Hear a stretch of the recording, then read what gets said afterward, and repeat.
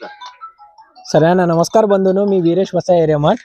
बंधूंनो, आज जे फोटो जमा करत होतो खानापूरच्या आमच्या मलप्रभा नदी किनाऱ्यावर आम्ही जे काय फोटो जमा करत होतो त्याच्यामध्ये पहिले तरी आम्हाला जास्तीत जास्त फोटो कोणते देवांचे मिळाले म्हणजे विठ्ठल रुक्मिणी, ज्ञानेश्वर महाराज, संत तुकाराम महाराज, पुंडलिक महाराज असे जे विठ्ठल म्हणजे विठ्ठल रुक्मिणीचे असे बरेचसे फोटो जास्तीत जास्त मिळाले. त्याचबरोबर आज काय आम्हाला त्याच्यामध्ये जास्त फोटो मिळालेले म्हटल्यानंतर 2 नंबरला यल्लामा देवीचे, आई यल्लामा देवीचे फोटो भेटले.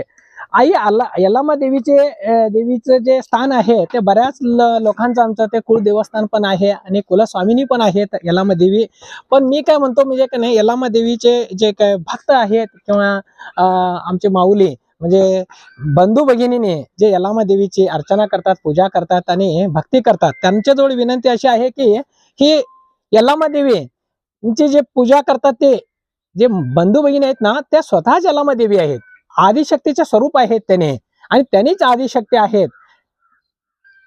ज्या ठिकाणी की नाही त्यांनी जाऊन ते यल्लामा सौदत्ती यल्लामाला जाणे, तिकडे जाऊन पूजा करणे आणि तिथले फोटो आणणे, प्रत्येक वेळी जाणे, प्रत्येक पनवेला जाणे आणि बरेच वेळ फोटो आणणे आणि असे कुठं पाहिजे तिथं आणून आईचा अपमान करणे हे त्यांनी थांबवावं.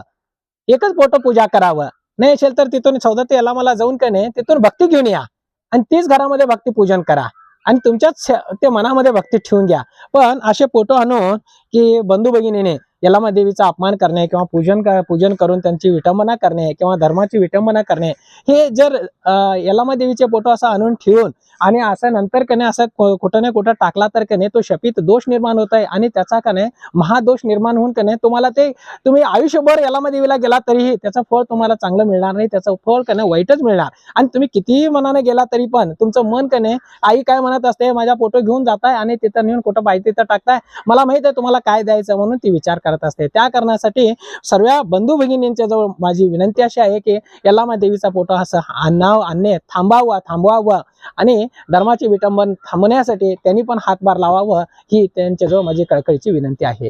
सर्वांना नमस्कार. एकच मिनिट.